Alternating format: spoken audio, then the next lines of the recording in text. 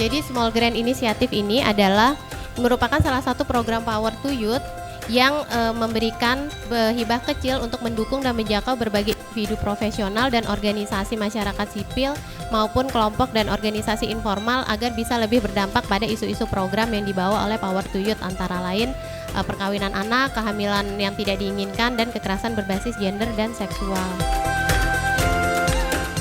Nah, untuk Small Grand Initiative ini sendiri ada beberapa isu yang diangkat, antara lain kesehatan reproduksi dan disabilitas, sunat perempuan, faktor ekonomi, keterlibatan media, dan studi hukum atau peradilan, yang semua isu-isu ini dikaitkan dengan perkawinan anak, kehamilan yang tidak diinginkan, serta kekerasan berbasis gender dan seksual. Dan mudah-mudahan nanti kami bisa diberikan hasil penelitian-penelitian seperti ini, dan nantinya juga perlu kita sebarkan kepada para pengambil kebijakan, baik itu di Dinas Kesehatan, di DP3 B2KB, kemudian Dinas Sosial, ya, kemudian juga Dinas Dikbud, karena ini sangat terkait ke sana, ya.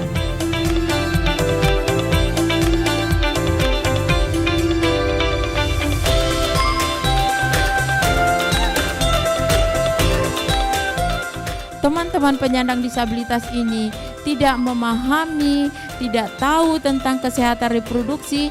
Ini bukan terjadi hanya karena perempuan disabilitas itu, namun ini juga terjadi kepada mohon maaf, Dinas Kesehatan, Puskesmas, Posyandu. Kami juga melakukan asesmen ke Dinas Kesehatan, Puskesmas, Posyandu.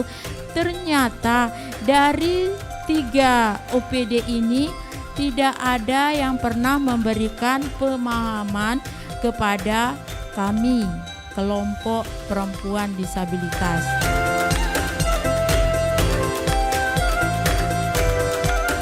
Kondisi di NTB usia perkawinan anaknya cukup tinggi pada tahun 2014 sampai 2018, bahkan pada wilayah Jawa, Bali, dan Nusa Tenggara, NTB adalah salah satu yang secara nasional presentasi pernikahan usia anak NTB berada di atas rata-rata nasional.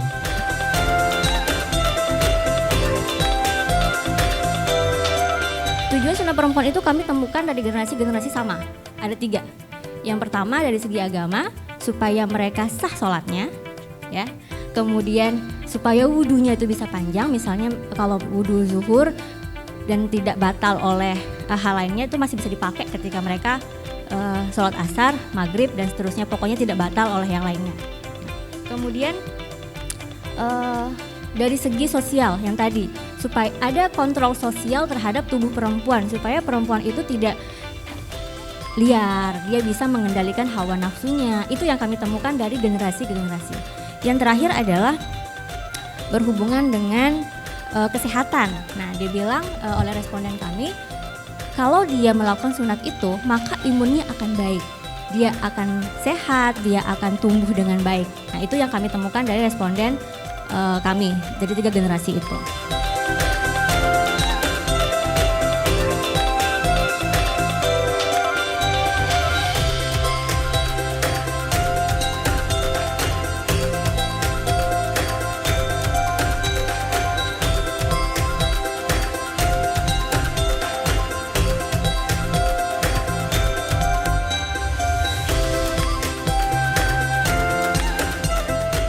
Tentunya di dalam program progres ini banyak sekali manfaat yang kami terima, baik saya secara pribadi maupun di lembaga.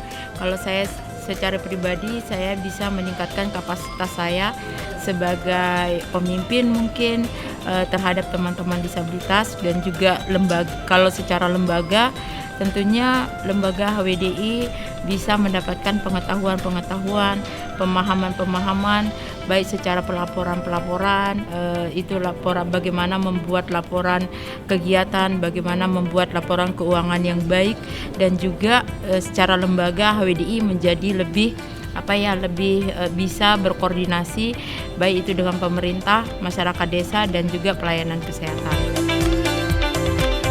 Terima kasih kami sampaikan kepada Rutgers WPF Indonesia yang telah memberikan ruang untuk mengaktualisasikan kepada kami pengalaman, kemudian peluang yang sangat berharga untuk pengembangan kapasitas diri dan teman-teman terkait dengan riset yang sudah kami lakukan. Harapannya ke depan semoga hal-hal seperti ini terus dikembangkan, terus dilakukan untuk bagaimana memfasilitasi kami kelompok muda yang ingin terlibat aktif dalam upaya pencegahan perkawinan usia anak di level kabupaten maupun provinsi di Nusa Tenggara Barat. Terima kasih. Pertama yang kami dapatkan dari penelitian ini atau program ini adalah tentu saja jejaring, karena kami melakukan banyak perjumpaan dengan responden, kemudian stakeholder untuk menemukan informasi-informasi mengenai sunat perempuan yang masih terbatas gitu. Selain jejaring, kami juga mendapatkan pengalaman serta pengetahuan baru.